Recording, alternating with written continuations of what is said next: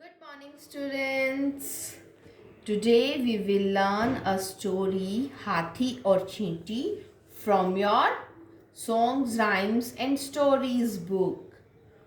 Okay, तो आइए अब हम अपनी स्टोरी स्टार्ट करते हैं.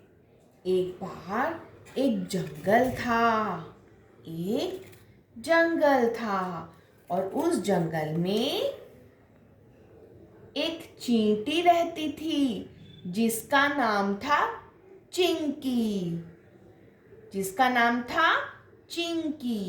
वो चींटी बहुत इंटेलिजेंट थी और जंगल में अपना खाना लेने के लिए जब जाती थी तो वो अपने सभी फ्रेंड्स के साथ जाती थी. ओके, और इसी जंगल में एक एलिफेंट, एक हाथी भी रहता था. उस हाथी का क्या नाम था?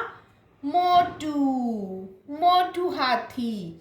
और ये हाथी बहुत नॉटी था, बहुत शरारतें करता था, सभी एनिमल्स को तंग करता था. कभी किसी का खाना चुरा के खा लेता था तो कभी किसी को अपनी सूंड से, अपनी ट्रंक से मार गिराता था. ये बहुत शरारती था. एक दिन क्या हुआ, चींटी ने इस हाथी के बारे में सुना और चींटी हाथी के पास गई और हाथी के पास जाकर हाथी से बोली, अरे मोटू भैया, दूसरों को परेशान करना बंद कर दो. ये तो बहुत बुरी बात है. हम सबको आपस में मिलजुल कर रहना चाहिए. लेकिन जो मोटू हाथी था वो तो बहुत नोटी था. उसने कहा, अरे चुप छुटकी चींटी, अपने आप को समझती क्या है? मैं तो बहुत ताकतवर हूं.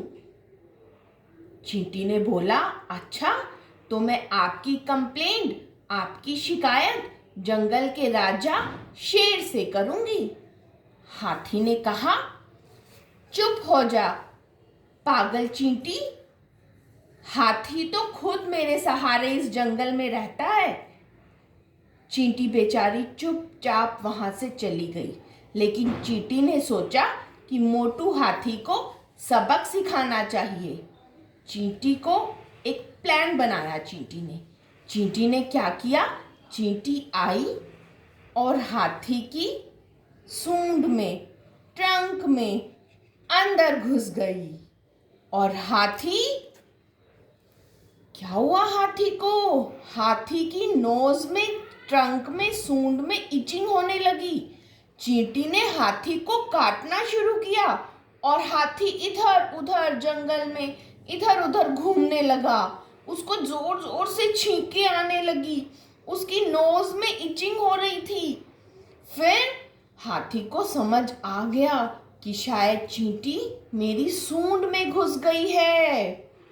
फिर चींटी को लगा कि अब हाथी को बहुत परेशान कर दिया है मैंने, और अब हाथी को समझ भी आ गया होगा कि कभी किसी को अपने से छोटा नहीं समझना चाहिए.